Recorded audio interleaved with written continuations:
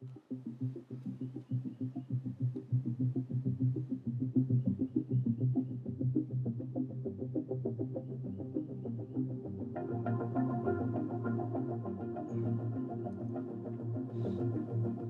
morning, Linn Valley. It's Saturday morning.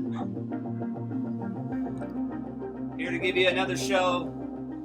We've got a guest on today. We're going to give you some insights of property values, problems that we see, and how can we all get better? How can we all make this community better? How can we make this community stronger? And how can we make better decisions moving forward? That's probably the most critical piece of this puzzle. So some of the topics today. What is the word recreational mean to folks? Because this is a recreational community. So my guest today, his name is Jad Wolf.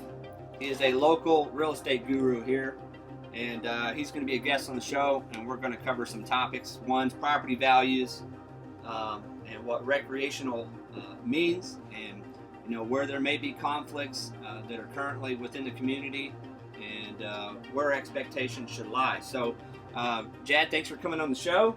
If you want to kind of introduce yourself and maybe give some history on who you are, and then we'll get into the show here. Super. Well, first of all, I want to thank you for for inviting me on. I think what you're doing here is a great thing that it brings us back to our founding fathers and the reasons why this country was established.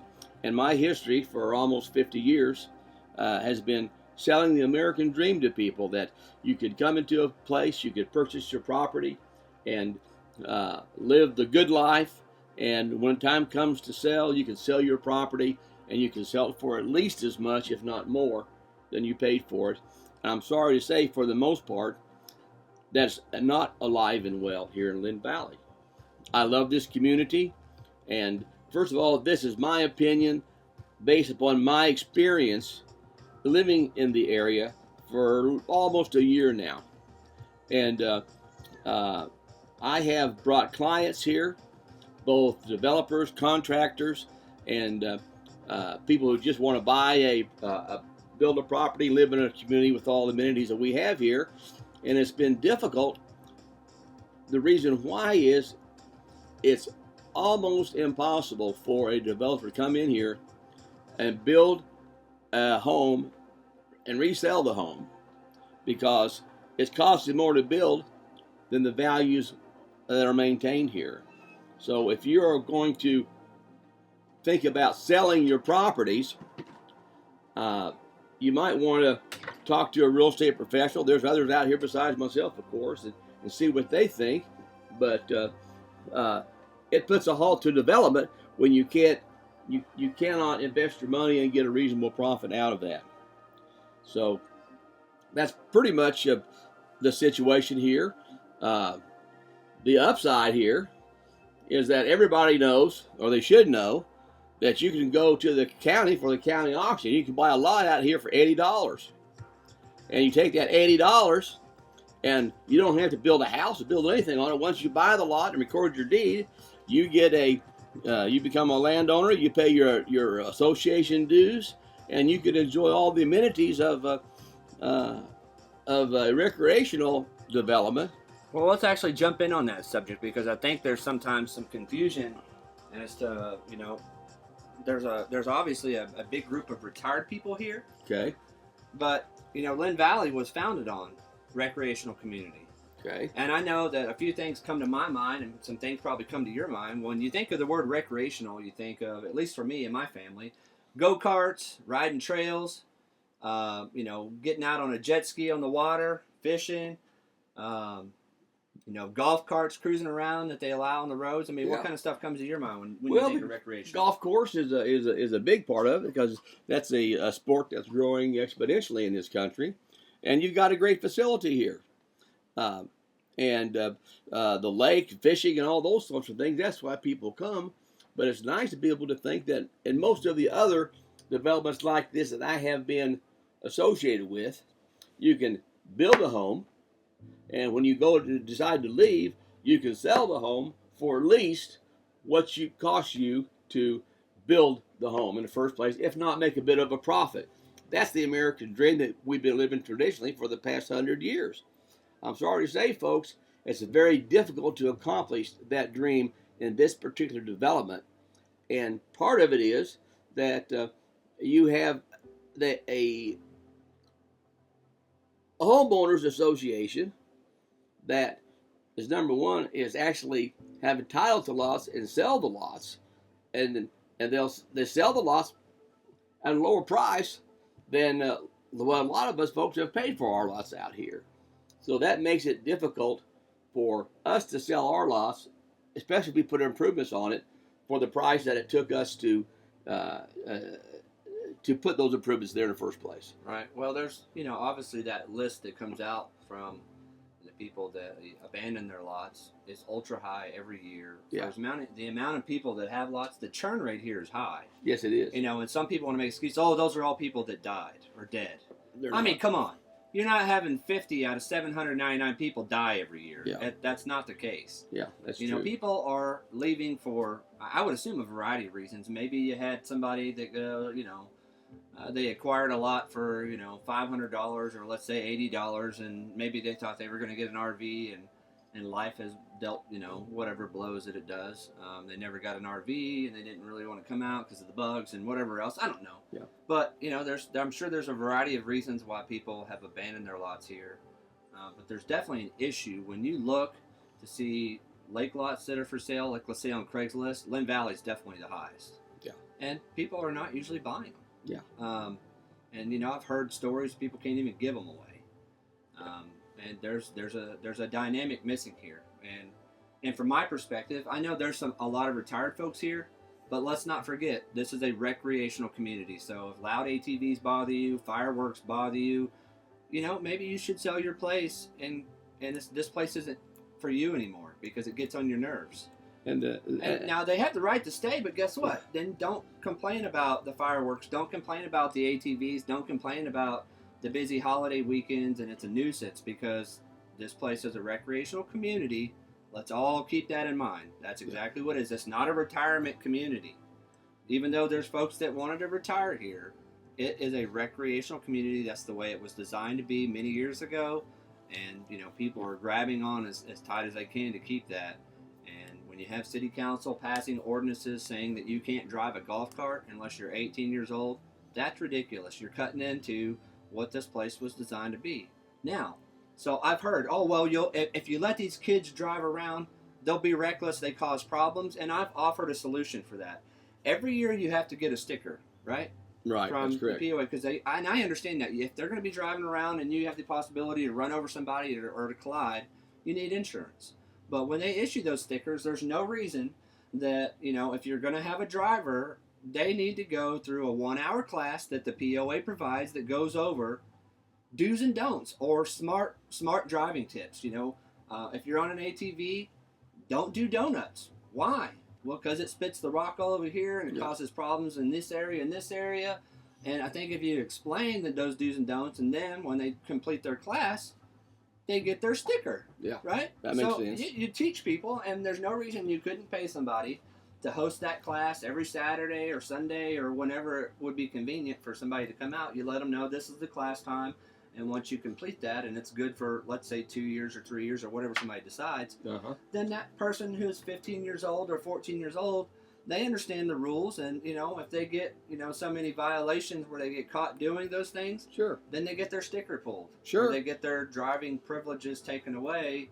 Sorry, you can't drive for 6 months. And then guess what? If they get caught, then, you have to figure out how you're going to delegate that. But, they're passing ordinances where people can have a driver's license at 16 and can go drive vehicles, but you can't drive a golf cart. Unless you have a parent on there, you can, but you can't drive it by yourself. Yeah. And there's sometimes, kids that are 13, 14, 15 that should be running out there. Are they going to do something stupid? Always the possibility, but there's adults who do stuff that's stupid. Yeah, that's true. That's true. And one thing, if you don't mind, I wanted to address is that one of the issues that I see is that, say, if you don't like the place, you don't like what's going on, you can sell your place and leave. Well, oftentimes, you can't sell your place because you can't get for it what you have in it. And that's an issue, I think, whether you're a young person or a retired person, that we need to address. And there's other realtors in here I think that perhaps feel the same sort of way. My suggestion is we all get together, work together, and try to make these things happen. And that's one of the reasons why I support you, Colin, for running for the write-in candidacy for the Property Owners Association, because we need people in there that are active and want to make something happen, and that's why I appreciate what you're doing. Yeah, and I want to bring a business model to the community. And I'm actually running on a write-in because enough people like yourself said, get in there and do it. Do it. You can win. Get in there and run. You've got the right frame of the way this place should go. But we have to have a model. Right now, they don't have a model. There's a split right now. You have a group of older folks that have been here a long time.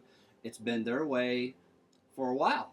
And they don't want anybody breaking that up. And if you start to produce anything that's outside of what they all click together and produce, then they'll try to shun you out of here and squeeze you in a very vindictive way. So, we have to shut really them down because they're going outside of the boundaries of what this community was designed for. Let's all remember, recreational community, the motto here, live where you play. It's not live where you retire and it's quiet. It's live where you play. Play means family, fun, riding, fishing, boating. Those things are all require loud noises of laughter. It also brings people drinking beer, having what they would consider a good time. And that's okay. That is reality here. And those things are all legal to do. Okay, let's not forget that. And if we embrace that, I guarantee you more people are going to come in here and acquire property. And if they feel like that they can come out here and enjoy themselves and not get harassed by, I won't say who, let's just say harassment, regardless if it's through people on the street or police officers or the POA or city officials, who knows. It's all about having a good time here within reason. Obviously we don't want to condone anybody getting shot or stabbed or people beat up or things that would be considered out of control. But for people to have a good time without worrying about something happening, that is a vital piece to the puzzle. So, and if I may interject a couple things here, just a couple of questions I like to ask the listeners to think about is just as far as abilities are concerned, why is it that when you want to get a tank of gas, you got to drive 22 miles to the gas, 11 miles up, 11 miles back to get a tank of gas? Who would be opposed to us having some gas pumps out here where a person can fill up their gas cans for their mowers or their ATVs or their car and not have to drive all the way into another town to do that? Those are some of the things that we've been thinking about providing up here, and I'd like to find out from you folks, is that something y'all be interested in supporting? And the thing about it is, the more people we bring in here, the more dues are being paid, and the more facilities and things we can provide for the community. And that's all we're trying to do. Well, and I'll just give you an observation now that you bring that up. I mean, you would think running a business model in here that they want more, but to them they don't want more because it requires more than they can handle. And right now they feel that they like the way that it is, and there's some people pushing for more regulation here.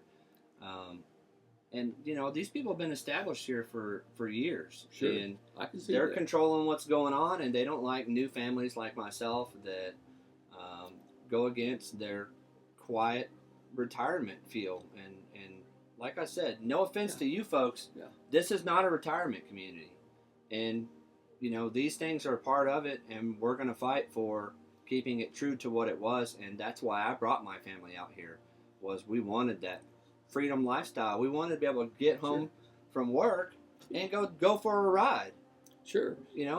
That's what we want. We wanted to be able to have that lifestyle, go and hang out at the pool or go to the beach and do things that, we could jump on a golf cart and go there. It's something cool about jumping on a golf cart and going to the pool rather than jumping in the van and going to the pool. Absolutely. And maybe it's the wind blowing across your face or something. But well, that's like you said, that was the whole idea of this community in the first place. Only one more thing I'd like to say is that if y'all are out driving around, why don't you drive over to the town hall, roll your windows down, and drive up there and take a whiff.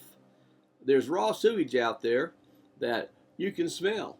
And I don't know where it comes from or why, but I brought some plants up there last Sunday and I smelled it. I didn't say anything, but they did, and they have some grave concerns about purchasing in here, and their whole plan. We had architect and everything like that, and developer. They wanted to build some condos over there by the golf course, and so they're concerned about the sewage situation. And I'm not aware of what's going on, but it seems like something's not working right.